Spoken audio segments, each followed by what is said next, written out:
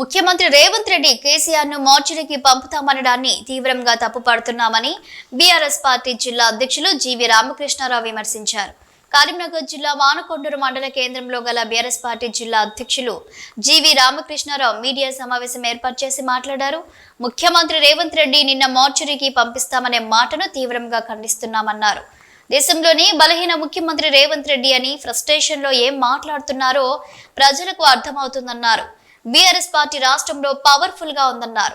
రైతాంగం, గురుకుల హాస్టల్, ఇందిరమ్మ ఇల్లు, యువ వికాసం, పెన్షన్లు, ఎస్సీ ఎస్టీలకు ఇచ్చిన హామీలు మార్చురీకి పోతున్నాయి ఎద్దేవా చేశారు.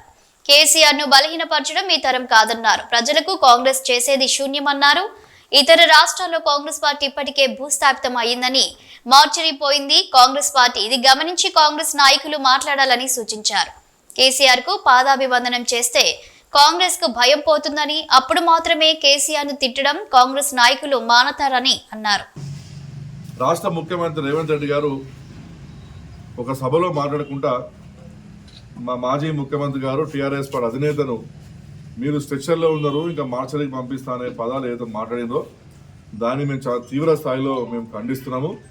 వెంటనే రేవంత్ రెడ్డి గారు వారి మాటలను బేషరతుగా వెనుక తీసుకొని కేసీఆర్ గారికి క్షమాపణ చెప్పాలని చెప్పి మేము డిమాండ్ చేస్తున్నాము. ఈరోజు సమాజంలో ప్రకృతిలో మనుషులకు మాత్రమే గొంతిచ్చిన భగవంతుడు, పశువులకు, జంతువులకు వారికి నోరు ఇవ్వలేదు. మరి భగవంతుడు నోరిచ్చింది ఇష్టం వచ్చిన మాట్లాడడానికి అని చెప్పి నేను రేవంత్ రెడ్డి గారిని ప్రశ్నిస్తున్నాను. ఈరోజు మీరు ఈ రాష్ట్రానికి ఒక ముఖ్యమంత్రి మాటలలో మనం మంచిగా బతకాలి, మనం మంచిగా జీవించాలి, సమాజంలో మనం మంచి పేరు తెచ్చుకోవాలని చెప్పి 4 మంచి మాటలు మాట్లాడాలి తప్పించి ఈ రాష్ట్రంలో కాంగ్రెస్ పార్టీ కంటే కూడా టీఆర్ఎస్ పార్టీ ఆపోజిషన్ పార్టీయే చాలా బలంగా ఉన్నది. వారు ఏం మాట్లాడారో చాలా మంది ఎమ్మెల్యేలు మీరు అంతా కూడా టీఆర్ఎస్ పార్టీ నాయకులు టచ్ ఉందని చెప్పి మాట్లాడుతున్నారు. ఉల్టా ఉన్నది అంతా. రాహుల్ గాంధీ గారు నిన్న పోయి గుజరాత్లో ఏం మాట్లాడారు, అధికార పార్టీ బీజేపీ తోటి కాంగ్రెస్ పార్టీ నాయకులు టచ్ ఉందని చెప్పి మాట్లాడుతున్నాడు. ఇక్కడ ఈయన మాట్లాడుతున్నాడు టీఆర్ఎస్ పార్టీ నాయకులతోటి కాంగ్రెస్ పార్టీ దోస్తానా చేస్తారు, ఇది మంచి పద్ధతి కాదని మాట్లాడుతున్నారు.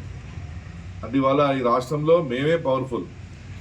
ఇవన్నీ డిపార్ట్మెంట్లు, ఈ శాఖలన్నీ కూడా స్ట్రెచ్చర్ల మీద కూర్చొని మార్చలేకపోతుంటే మీరు ఈ రాష్ట్రంలోనే ఒక బలమైన నాయకుడు సుదీర్ఘంగా 1983 నుంచి మొన్న జరిగిన 2023 ఎన్నికల వరకు సుమారు 13-14 సార్లు గెలిచి అటు పార్లమెంట్లో, అసెంబ్లీలో ఒక రాష్ట్రం సాధించిన వ్యక్తిగా, ఒక పార్టీ అధినేతగా, ఒక పార్టీ వ్యవస్థాపక అధ్యక్షుడిగా ఆ నాయకుని పట్టుకొని మీరు ఇవాళ కేసీఆర్ని మార్చడానికి పంపుతామనడం అనేది మాత్రం ఎంత విడ్డూరం. అంటే ఇవాళ ఏ ప్రజలు, మీ కాంగ్రెస్ పార్టీ నాయకులు కూడా దీనిని సహించలేరు.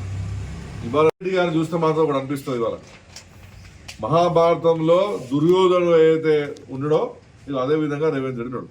నాకు తెలిసి దుర్యోధనుడును రేవంత్ రెడ్డి జాతకం ఒకటే కావచ్చు, వారు పుట్టిన గడియ, వారి నక్షత్రం అంతా ఒకటే కావచ్చు. ఎందుకంటే దుర్యోధనుడు తన దేశం పరిపాలన కంటే ఎక్కువ కూడా పాండవుల మీద కోపం ఉండే, పాండవుల మీద అసూయ, పాండవుల పట్ల అహంకారము, పాండవుల పట్ల ద్వేషము. ఆయన పొద్దున్నటి నుంచి రాత్రి దాకా భారత యుద్ధంలో మనం చూస్తే మొత్తం పాండవుల మీదనే ఆయనకు ఉండే గురి అంతా. ఇవాళ రేవంత్ రెడ్డిది కూడా దుర్యోధన పరిస్థితి ఉన్నది. ఎంతసేపు కేసీఆర్ గారి కుటుంబం మీద దాడి చేసి తప్పించి ఆయన చేసేది మాత్రం ఏమంటే ఏమి లేదనే విషయం మనం గమనిస్తున్నాం. అందుకని ఇవాళ ఎవరు దుర్యోధన పేరు పెట్టుకోరు ఎవరు.